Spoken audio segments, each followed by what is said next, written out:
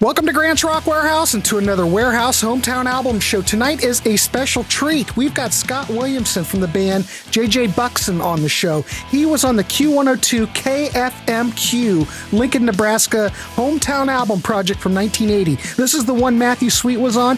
Scott's going to give us insight of that whole era of Lincoln, Nebraska music scene. We're going to talk to Scott. Let's do it. Piling on the power chords and pure pandemonium. Grant's Rock Warehouse.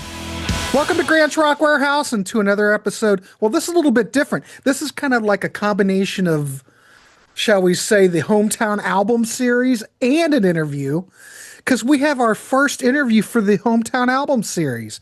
Now, Yay. if everybody, yay, 100%.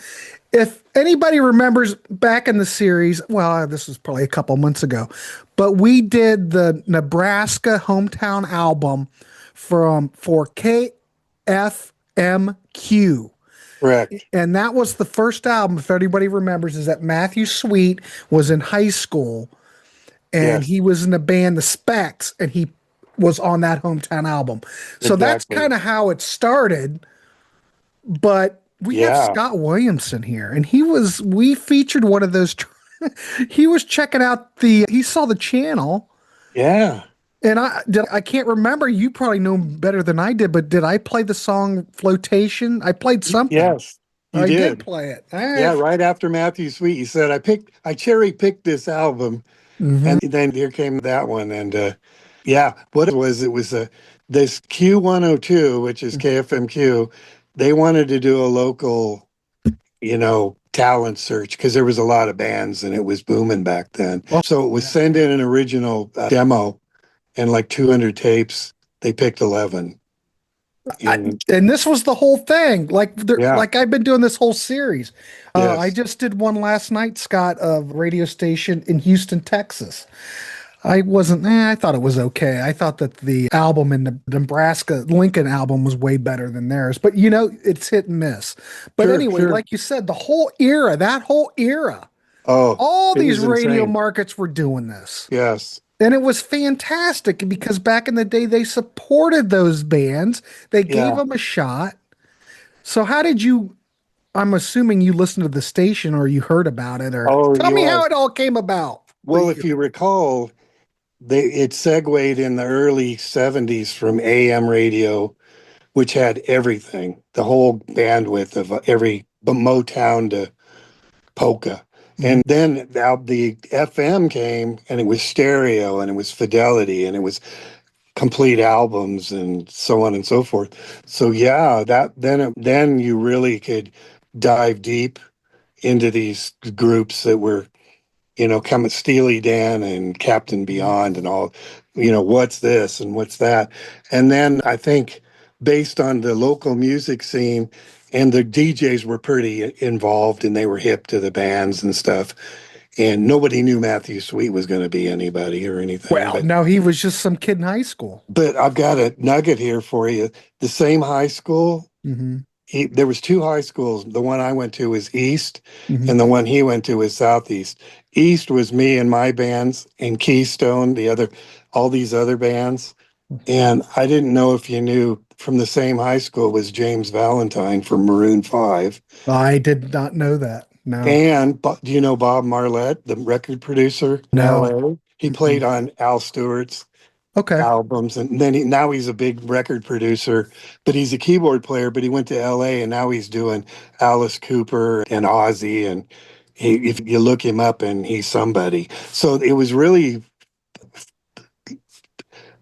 just full of talent and all these local bands. And also you can remember back then this music was central in people's lives. It wasn't peripheral like now. It's just a piece of the pie. It was the whole pie. What you did was on the weekends is you'd go somewhere and it'd be a house full. You'd have a house party and you'd be listening to records Mhm. and doing whatever else you would do.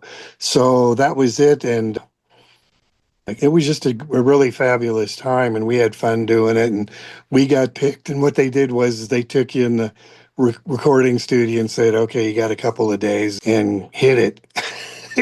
So that's how you sent in a demo. Yes. Then they took you to the studio. Yes, they had a pile of tapes, And so however they did it, they went through it and bingo, left 11 bands.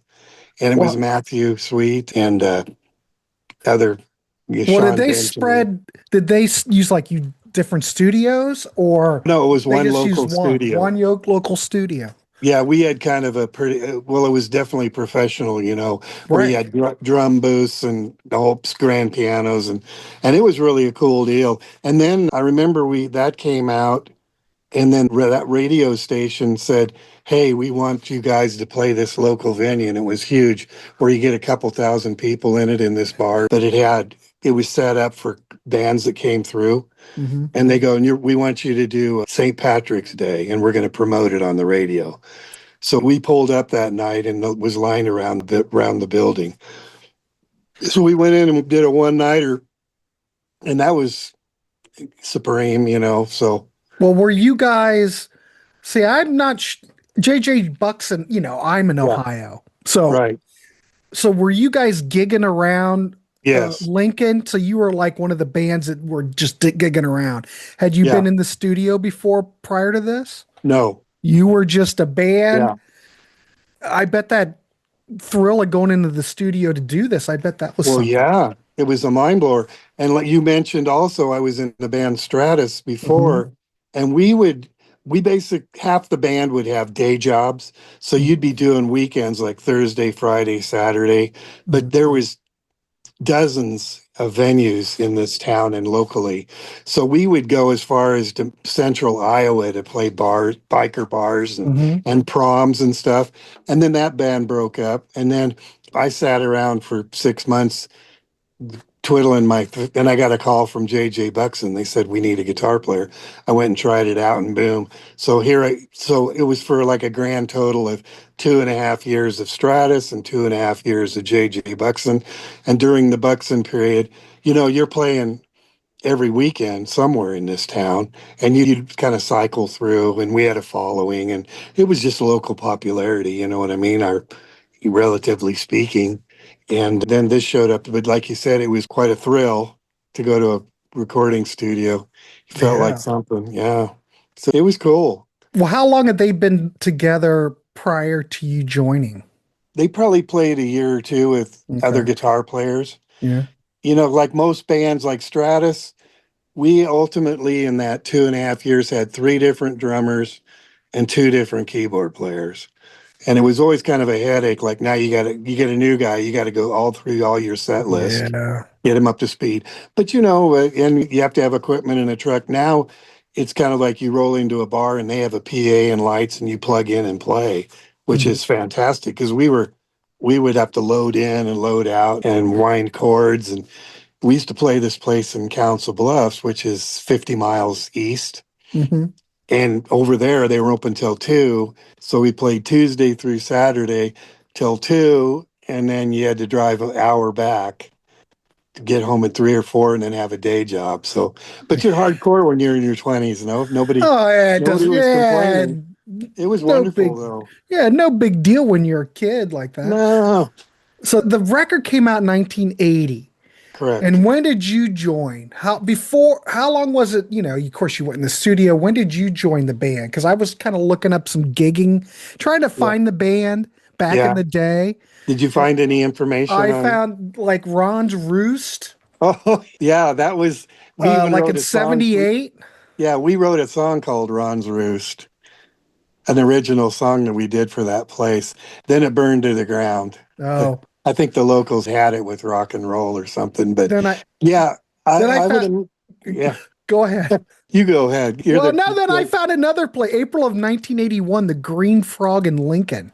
yeah, Saturday through Sunday. You had to yeah, run for, well, that's what we used to do too. When I was all through college, I played out. We would play a gig and then we yeah, would do like a Thursday through Saturday run. yeah. That was typical. That's what we did at the Frog too. I'm surprised they said Saturday, Sunday because it wasn't open on Sunday. Well, So there no, was Thursday Thursday through through Saturday. Yeah. correct, and we pretty much were there 1 week of a month. Like you just cycled through. Mm. So I've got recordings where we put a couple of 57s up and a reel to reel. Hmm. And I've got live recordings of that, and you can just hear it going wild and stuff, and could hear how we were. And yeah, there was probably 10 or 15 bars in the downtown Wow. area. Yeah, it I was mean, nice. it just sounds like it was just a vibrant music scene. Was there I've kind of got like a, I don't know. I'm sure it's not like that anymore. no. What happened was it went to DJs and karaoke and Hmm. so on and so forth. I did want to mention to you, I don't know how we are, but there was a place that was a chicken restaurant called the Drumstick. Okay. And then for some reason they had a wedding and they couldn't in the family, it couldn't stay, there was no venue that would stay open past midnight. So they said, let's have it at the Drumstick. And so it became a thing. And there's a documentary calling Remember the Drumstick, because they had REM and the Red Hot Chili Oh. Peppers and all these bands that are just burgeoning, Hmm. and Stratus. And there's 3 pages of bands, and Corn and Georgia Satellites, and it's nuts. And everybody played the Drumstick. It was a pretty nice sized room, and they had a bandstand and built up and everything. So it was somewhere to be too. That's how much it was. It wasn't just Lincoln, it was the whole, I suppose, country. But in the Midwest, people would come through. And like I said, that one area, the place we played on St. Patrick's Day was called the Royal Grove, Hmm. but everybody called it the Grove, and it was huge. And people would come through there, some sort like Kenny Wayne Shepherd, and people that are on their way up. And but you know how they always say we played the clubs and the bars and Yeah. went through the Midwest. Well, this is they had them here, and these guys came through, and hey, what's happening? And we just got right in there with them and went with the flow. Yeah. I Yeah. remember, when I was a kid and, they had the QFM 96 hometown album projects here in Columbus. Uh-huh. And I always, when you're, I always thought, man, that'd be fantastic. But when JJ Buxon got on that, I mean, for one, I know you were thrilled to death, but did that help you get more gigs? I mean, did they used to Oh, play that on the radio as well, too, right? yeah. Yeah, Yeah, yeah. back in the day. I had my proverbial 15 minutes of fame and not only that, back then you'd have a cassette deck ready to go. And they called me up for an interview like you, but it was on the Oh, okay. phone. Yeah. And it was Bob Allen with Music Nudes at KFMQ. So they would call up everybody that got on the record and said, so tell me about your band and stuff. So they really pushed it, produced it, promoted it, played it on the radio. So yeah, I mean, it's like, wow, check that box. I mean, there are As an people that, you look at, I'm going to use an example because I haven't looked at all these hometown albums, Scott. right. I haven't looked at all of them, Oh, there's but probably lots of people on there. Twisted Sister's one of those bands that was on there. Yeah. The band Bad Boy, which I think's on the Milwaukee one, they got signed. Yeah. Who else? That's the only thing that's coming into my. You're going to find them. There. Honeymoon Suite out of Canada. They Yeah. did the song, New Girl Now, Hmm. but there was also a band on the album before that. I think that was called Lennox, and they were pre-Honeymoon Suite. But it's just funny to see a lot of these bands and artists that Hmm. got kind of their start. But was there any kind of hope that maybe JJ Buxon would have like taken off and got notarized and maybe I something think would happen? I think you're always open to that. I Mhm. personally was more central in that, you know, what are the chances? I would certainly have welcomed that. But I think honestly, for me, it was like, this is fun just being able to play out because you're doing Mhm. cover tunes to get your chops and figure out song structure and all this. But just to play out and to experience it on some level of having, probably from 200 to 2,000 people, Yeah. you know, it's on a lower scale. And if you're not Sticks, gets developed and they go, the grand illusion is that we're just like you, they said in their song. It's just the Yep. luck of the draw. So it was like, no, I'm happy if it happens. And I do a lot of my own writing and recording. People go, why don't you send it in? And I go, what, so it can end up in the round file because it's instrumental music and Yeah. this and that, you know? Um, but yeah, I don't think anybody had any delusions of grandeur, but I think honestly, there are bands in garages that would blow our minds. You know what I mean? Yeah. So if you really think about it, it's kind of like the NFL. There are people, more than adequate people that are very unique, and they'll just nobody will ever hear them. But No. now you got TikTok and all this stuff.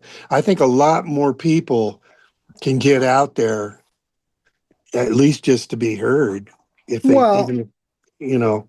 I agree, but the thing is, at least when you had a record company, though, at Oh, least you had promotion. They'd yeah, get you out on a tour with, the thing is, you yeah, could be opening for a big band that a yeah, lot and of be people get to discovered. see. And now Yeah, there's no infrastructure anymore.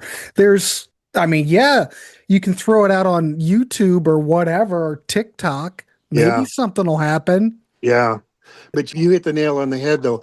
All of you just if you listen to all the people that have made it and all the in the know, the people that Yeah. are they go, that's gone with Napster and Spotify. Yeah. Now music is free and you sell t-shirts to make money. Yeah, they have to tour to make money. Well, Yeah, the fans killed it. The fans killed the music industry. yeah, I Greed. agree. Well, and back to your point, here's what happens. And I'll tell you at the cellular level, you've got a local band, you've got some momentum, you're churning, but you know what? You've got a job. You squeeze out a kid, you got Mhm. this, and that stuff will rightly so derail that kind of a thing. People will Mhm. go, you know what? I'm going to get divorced if I keep doing this, or I need to be with my kid. So a lot of that is you have to choose, you know, music might not if music's number one then you choose it over everything. Like back when we were coming back from Council Bluffs, I was totally living that Bob Seger song, on a lonesome highway east of Omaha. I was on a highway east That of was you. Omaha at 3 in the morning looking out Yeah, the window going, I don't think I could live this, the really. road. Yeah, Well, how because long? Well, go ahead. it's the road. And if you got the road, don't have a family. And I'm a family guy. So I have it both. I've got my family and I got my studio. So I have my ultimate outlet. And Hmm. now I have a studio band where I write music, record it, produce it. It's great songs. And now I get to play it live because they come over, a bunch of retired guys, Well, But whatever. That's your yeah, passion, though. You it's like my to. outlet. Yeah, I've got an outlet. Were you Got to guys have it putting out. anything? You guys putting anything out, or There can people again, come and hear it? You might as well promote it if we can well, the hear it. problem is we're like a jam band. Hmm. We're instrumental. Imagine the Allman Brothers with In Memory of Elizabeth Reed, where it's a 10-minute instrumental Hmm. and people dug it. You know why? Because they got it. Because the melody is in the guitars.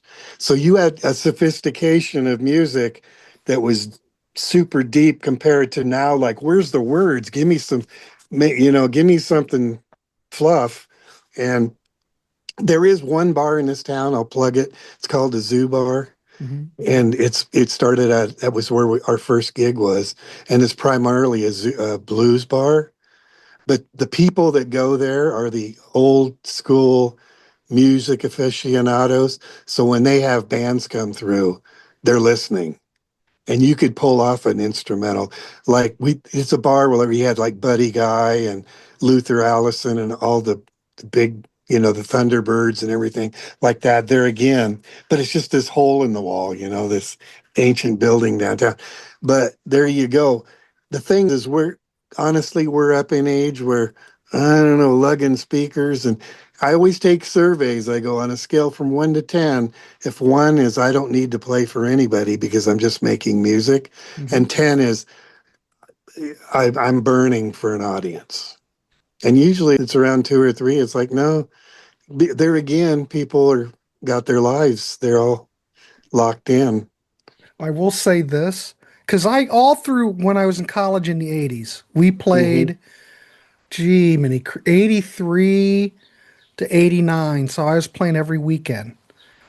people were going, boy, you probably had quite a college lifestyle. I said, Yeah. no, not really, because I worked at a guitar store and Oh, then I yeah. went and played gigs. That's all I Yeah. did then. And for me, it was the ultimate because working in a guitar store was the ultimate job. Oh, And yeah. then I could go out and play in bands on the weekends Yeah. Sounds and like go you to had the same college. experience. It was Yeah. good. You were doing normal stuff, but yet because you got to admit, it's really cool to be in a band. You almost have license to wear whatever, do whatever. Yeah. I hate to put it that way, but it's true. Well, and I'll tell you this, Scott, it's that when I do like a live show for the channel, I get the same kind of rush that I got when I was out playing live. Hmm. And I don't need to play live in a band to do it. You know what I No, mean? Hell, this no. is way easier, but I Yeah. get the same kind of Yeah. Same rush. stimulation, if that makes sense. I totally get it. Yeah. That's like, I was talking to my guitar buddy that was just here.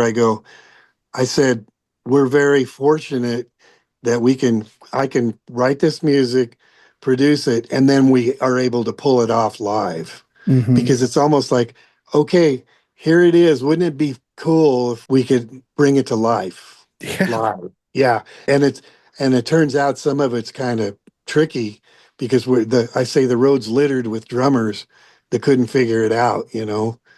And I go, and it's not jazz, so there must be something.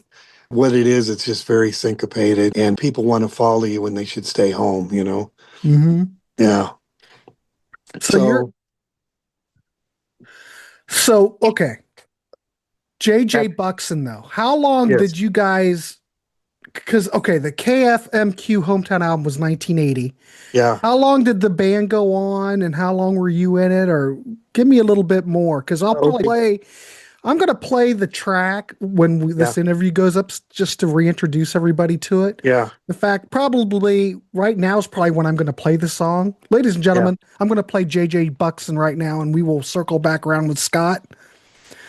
Anyway, all right, Yeah. I'll make an edit. That's where I'm going to play it. I'll play the track. To answer your question that you've asked a couple times, probably if you would divide the years 76 to 81 Hmm. between Stratus and JJ Buxon. So in the middle, so the album and the recording were right at towards the end of that band because there was Okay. personal stuff coming up, and it was like we probably after St. Patrick's Day that would be March. By May, we were broken up. Okay. So we didn't really get to ride the wave like you asked a question about. I mean, I'm not sure what more we could have done because we were booked. We were staying busy. We Wow. didn't have any opening stuff. So, Man. but so that was towards the end. So I would say we played for a year and a half, and then they had the contest, and then the other 6 months was after 2 years, maybe 2.5 years total. So you guys never put anything out at other than appearing on the QFMQ Hometown Album, right? Did you put out any other records? No, No? we didn't. No. Basically it was sustenance as far as, back then getting recording time. And interestingly enough, there was four of us and three of us wrote. Mm. The drummer didn't. And the other guys were really good and they had vocals and their songs were really good too. And I talked to the drummer because his recall is a lot better. I said, wonder why they picked mine, the instrumental, over those guys. I said, or how did I get in there? And what about those two guys? They wrote good songs. He said, well, we sent their songs in too. So I guess my thing to people is they go, so what was a highlight? And I go, well, I wrote a two-chord song with no words and it got selected to be on an album because of the groove. It You know probably the and way it it fits makes. right in there. Well, it's got a groove, and we were good guitar players because I was big on harmony because of like the Allman Brothers and Wishbone Ash and all these bands that would do twin guitars Mhm. because growing up, like as you probably did with the Beatles and all Yeah. these beautiful harmonies, I love it. So when I write my stuff, I'm multi-tracking, so I've got 4 or 5 guitars on there, and I'm doing harmony stuff. It's just beautiful, you know. So if you listen to that, me and the other guy, we're playing parts, but we're doing them a third apart. Hmm. And then one of your commenters said, "Well, it sounds like a Van Halen." Well, you got to realize Van Halen was a year old, and we were That's already true. and we were already tapping. And when we were live, my buddy would tap and I would put my finger on his neck and do the motions, and he'd put his finger on my neck because I'm over here tapping like this, and his fingers here and my fingers there, and then the crowd went nuts Oh, the because crowd it was loves that kind of well, stuff. well, it was brand new too. It was like, Yeah. well, check this guy out. I remember what you just like you when you heard Eruption, it was like, whoa, this is Yep. going to change everything. You know, not like now where tapping is just it's Everywhere. But yeah, man, when I remember at the guitar store, all the kids that were coming in taking guitar lessons, they all wanted to learn how to play that. It yeah, was I'm sure it was the same thing when Hendrix hit. Everybody wanted to emulate that. yeah. I do think that Hendrix was way more. I Too. can't even imagine what that was like to be like at, you know, Monterey Pop Festival in Oh, '67, and Hendrix comes out and does what he does. yeah. The US market never had seen anything like that before. No, nobody had. And No. when he went to England, Jeff Beck and Clapton went to a French movie and said, "What are we going to do? Yeah. Quit?" You know. And to be honest with you, have you ever heard Joe Satriani's story? He was going No, out not onto the his foot. story. Well, he was going out onto the football play team in high school, and he heard Hendrix died, so he threw his helmet down and said, "I'm going to go play guitar." And I didn't play guitar before Hendrix died Okay. because there wasn't room for any more guitar players. When he died, we needed millions of guitar players to take that space, and still nobody even can touch him. I mean, No. you hear everybody and their dog trying to do Little Wing, Hmm. and nobody can they can play the chords and the notes, but the guy, he was, in my opinion, was the most natural, fluid, in tune, one with everything. He, Yeah, I you know, agree. you know, and it was just, The it only was, other, well, I think Eddie Van Halen was like that too, but yeah, I think Jeff Beck, as far as I'm concerned, I think the all-time, well, I've talked about this before. yeah. Jeff Beck as a guitar player always improved. He never stayed the He, same. he evolved. He evolved where nothing against Eddie Van Halen, but you Mm-mm. listen to Eddie in '78 And Eddie in 85. or '97, he sounds the same. He's not doing Yeah, anything else. Jeff Beck, though, yeah, unbelievable player, and his yeah, technique evolved. I think yeah, who knows what Hendrix would have done, but yeah. Jeff Beck, as far as I can, He's the next. he was, I mean, absolutely, he'd have to be my favorite. I like Hendrix, but I never Mhm. would know where he would have ended up. But Jeff Yeah, Beck, may he rest in peace, was yeah. absolutely wonderful to Original. watch. Yeah, Fantastic technique, you know. yeah. I mean, Jimi, he just kept evolving. Well, check this out. You know, the pages ago, what's the best concert you ever in the guitar pages on Facebook? Yeah. Well, I always go Jeff Beck. I saw him in Omaha on his Wired tour. Oh, Dude, I bet. best guitar concert. And I've got a wall of over here of ticket stubs. Hmm. And if you said what was the best guitar performance you ever saw, it was that. It was mind blowing. I kid you not. Man. And he didn't come around here in the latter years Hmm. and I would have, yeah. So that was impressive. I'm just curious, we're looking back at like 45 plus years later after this record. Yeah. I mean, what does that whole homegrown era mean to you now, though? After looking back after all these years, probably not a lot of people have shown a lot of light on this stuff. I have because I love all this stuff. Oh, I'm But so glad you do what you do, man. I'm going to spread the word. yeah, I sent this to the drummer that was on that album, yeah, in that band, yeah. and he called up and he was freaking out. He goes, "Where did you find this?" Because the after Matthew Sweet, you brought us Uh-huh. next. And I knew you were cherry picking, so, and you said a I lot was of trying to nice get, I things. was trying to pick all the best stuff off of it. Well, and you said a lot of nice things, and I go, "Man, this is crazy." And he goes, "Oh," and the bass player, where you go, "This bass line is killer." That Yeah. guy's passed away now, and the Oh, drummer okay. goes, and his name was Jeff, and he goes, "Man, Jeff would have been so happy to heard you say that about his bass playing." Well, I'm glad I could bring some light onto it. Yeah, you keep Um, doing that, man. well, Oh, I'm gonna back, keep but you, doing this series because there are just some markets that it's really had ground some root. great talent. And these people never took off. I mean, Ohio, for one, had a lot. Of course, we had Columbus, we had Cincinnati, we have Cleveland. Cleveland, You had Joe Walsh. Toledo. You guys had Joe Walsh, though. We had Joe Walsh. Yeah. Back to your question about that era, Hmm. I look back with it thinking that was a total dream come true. Because I'll go into that for 1 second. When I Sure. was young, like 12, 13, and I was insecure and shy and scared and whatever. And you always think, man, there's some cool guys over there. Wouldn't that be nice? And my fantasy was, well, what if I was some rock star in these Sure. guys? And the next thing, and then years later, I'm on stage and they're out there thinking I'm great. Hmm. They're fans. Yeah. You know what I'm saying? So there was that, and just the personal satisfaction. I'm not taking credit for it because I don't. My philosophy is we don't have anything we weren't given Hmm. in terms of talent, brains, smarts, whatever. I think you're given it, and what you do with it, and you got to be humble about it, right? So Hmm. wherever it comes, but it was kind of like the best thing that for a musician is probably affirmation. Oh, that's pretty good. Man, that's really good because you're making it and you want to know, does anybody enjoy it? Does it move them? Does it have any impact on them? So the fact that I had this modicum of success, right? Hmm. My 15 seconds and I heard myself Well. on even though it was only on one station and so on. But I checked that box.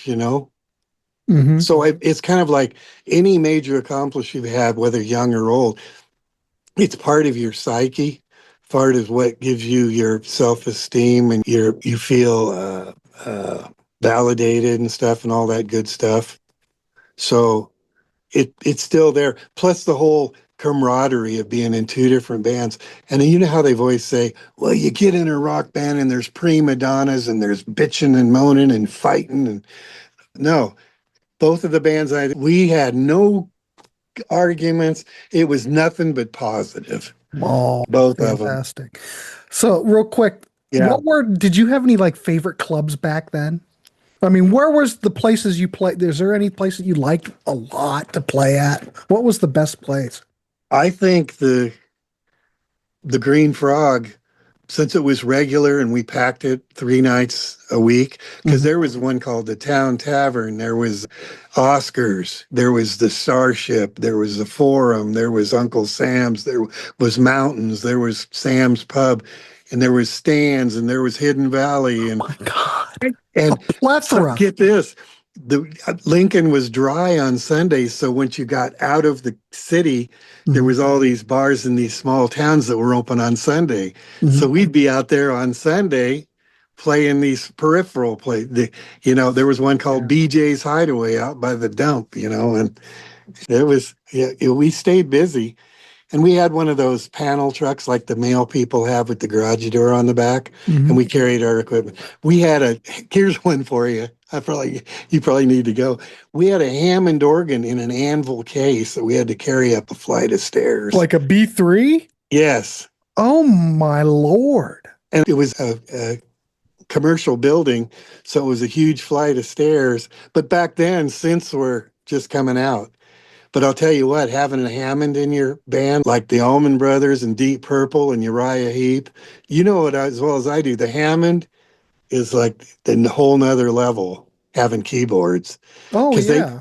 because you got the keyboards laying it out and the guitars can do harmony stuff over that pad. I mean, Over we the had pad. one version of the band we had keyboards, but it wasn't. It wasn't anything like that. Yeah. So were you a guitar player primarily? Well, I was What's your primarily a instrument? bass player, but I played guitar in one version and bass in the other version. Oh, good for you. Yeah. Early 80s, I was playing guitar, and then late 80s, I was playing bass, which I'd Yeah. rather play bass, but Sure. well, I could play guitar, but it doesn't matter Well, really. if you ever roll through Lincoln, you better look me up. I Come in and will. we'll jam. Well, let me ask you this, though. I will Yeah. look you up. A buddy that I do shows with lives in Lincoln, Who is it? Byron Bolt, Byron Bold. Ah, BM Bolt. He lives there. okay. What's he do? He's retired, but he used to be like an engineer. Mm. So you might come see him. I was gonna go before Matthew Sweet had his stroke. He was gonna play a gig in Oh, Lincoln, and I was gonna go, but the flights to get to Lincoln, Nebraska from Central Ohio yeah. was not. You need to fly to Omaha, and they got an Oma link. They got a van. Yeah, but it just was not. It was expensive, Oh, and I went. yeah. But now, he had his stroke. Who knows? Matthew Sweet will probably never ever play out anymore. I have no idea. But No. what I'm saying is that now I wish I would have went. Yeah. But Yeah. whatever. It is. I've saw Matthew Sweet many times. It's always been fantastic. No. But I was going to ask you, before we go, I was going to ask, I wanted to talk guitars just real quick. Okay. So back when the band was playing out, what were you playing and what were you playing through? Okay. In the very burgeoning days of Stratus, the birth of Stratus. Well, first of all, do you know where Stratus comes from? Billy Cobham. Oh, the album with, Yeah, uh, Spectrum. yes, Tommy Bolin yes, Tommy and Lee Bolin. Sklar. Do do do do do do do do do do do do. That Yeah, is a well, fantastic record. that's why we were Stratus, and me and the other guitar player both had Strats. Okay. So it was a double entendre, right? Mhm. So I had a 74 hardtail Strat with a maple neck, and I had a 77 Les Paul Custom with three gold pickups, and I had a twin reverb. What color was the Les Paul? It was natural. I remember those Norland ones. They used to do a lot of different colors. Remember back Yeah. then? Yeah. I've got your email. I'll tag some Hmm. pictures. But that 73 Strat hardtail, 74. Yeah. 74. But I went cheap because money was tight. It was 74 and do you know the difference between like Olympic white and blonde? Hmm. Or the blonde, you can see the grain. I had So a it was cool. 68. I had a 68 Telecaster that was blonde. Okay. So I had that. And then I played, and my buddy had a Strat, but then he was a big Santana lover. So he got a Mesa Boogie amp and he had one of those Yamaha SG 2000s with the neck through that Santana played. We had one of those at the guitar store. The owner owned one of those. Those were Yeah. killer guitars. Okay. So then I upgraded my twin to a Music Man twin. Mhm. That was at Leo Fender's, and it was much more of a rock machine. And then I took those two guitars and that amp to JJ Buxon. I took that hardtail Strat to the local music store, and they had an Olympic white Rosewood 76 with a whammy that's sitting in my guitar stand over here. Oh, that you just still turned have 50. it. Yes. Fantastic. Yeah.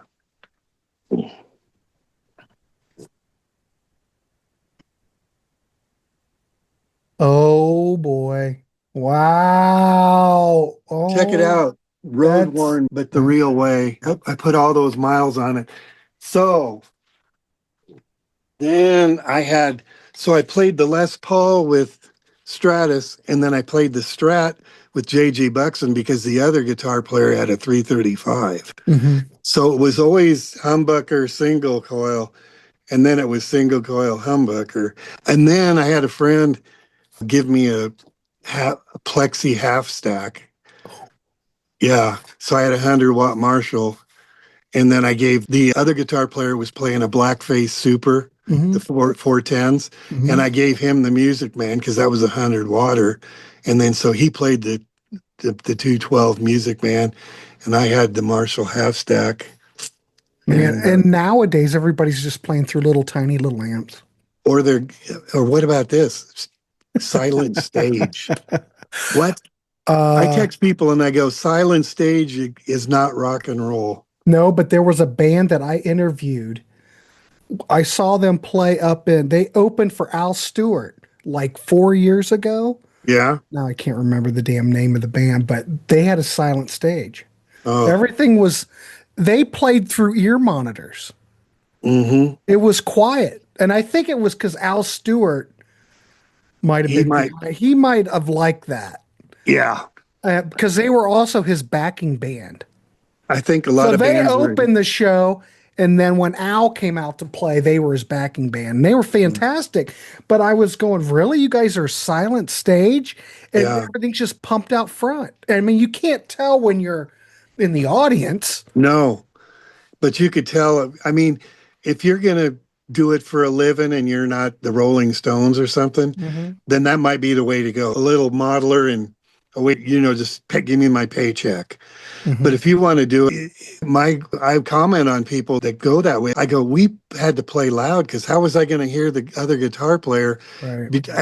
past the bass player and the drummer, and you're over there because the monitors were for vocals. Yep. You It's know what true. I mean? That's the way we ran it. Right. The way we ran it. And we did run the bass direct, and we had the amps mic'd so you'd get a mix in the house. But as far as the vocals, you mix yourself on stage when you're Yep, playing that's what we did. But see, if you could see my studio, I've got a Marshall 20-watt plexi half stack with greenbacks, and I've got over there, I've got a deluxe 20-watt, and I've got a Bugera 20 watts. So every amp is 20 watts, but you can turn it up. Sure. And then I've got a Ashdown bass rig, and over here, I don't know if you could see it. Oh my! The guitar racks. Artillery. There's your bass over there. Is it P-bass. showing up? Yeah. And basically, here's where I'm sitting at the desk. I got Very nice. a Roland synth over. Oh, and over there is the electronic drums. Might be washing out with the. No, I can see it. Yeah, I'm that's in a nice setup. Because I'm in a townhouse, and we get away with it. So, yeah. Well, fantastic. Well, you know what the main thing is, if you're fortunate as you and I are to be given this musical love and this gift, and we wanted to express it, Mm-hmm. I think that it needs to be part of your life. When I run into people that go, I used to play guitar, I go, shame on you. You used to play guitar? I said, you were given a gift and you fostered it to where you were able to play, you mastered it, and then you let it go. Shame. And they go, you're right. And they pick up the guitars. You've inspired them back to taking it up.